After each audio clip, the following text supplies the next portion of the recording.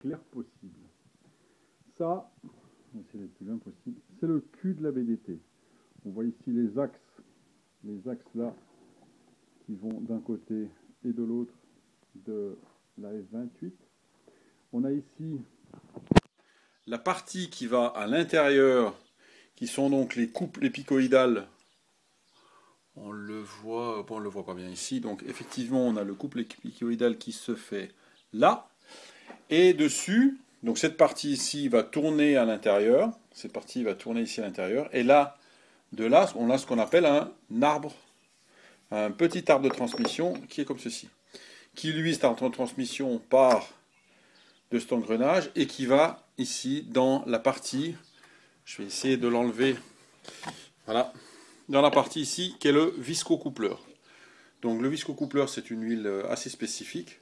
Donc il faut ouvrir le capot qui est là, enlever l'huile, remettre de l'huile, 250 ml, et ensuite tout remonter. Donc cette partie qui est là, qui est comme ceci, vient se fixer, on la retourne et on vient se fixer sur la BDT.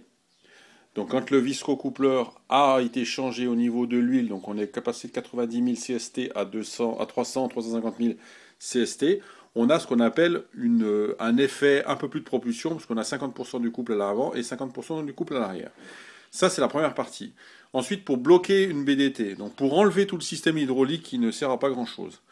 Donc, on a, quand on enlève tous ces disques, attention, la vidéo, voilà, on a ici, putain, je me mets super mal. Ici, tous ces disques ici sont en fait des disques d'embrayage qui sont là. Et là, c'est les disques d'embrayage d'origine.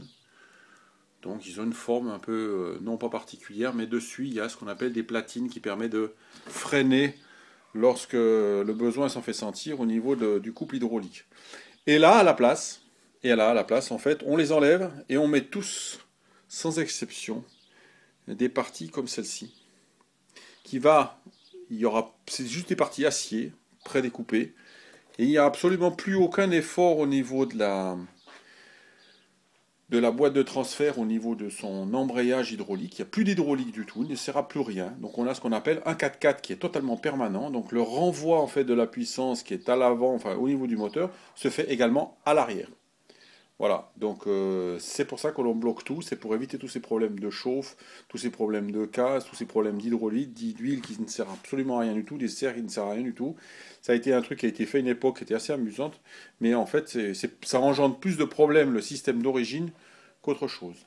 Voilà, je ne sais pas si j'ai bien fait comprendre, donc pour indiquer, toute cette partie ici va aller bien sûr dans le corps, et ensuite on va retourner par la suite. Donc là, on a ce qu'on appelle les disques de blocage qui permettent de bloquer l'embrayage, bloquer la boîte de transfert. Et d'un autre côté, j'ai mis ce qu'on appelle de l'huile de RC, donc de l'huile de petits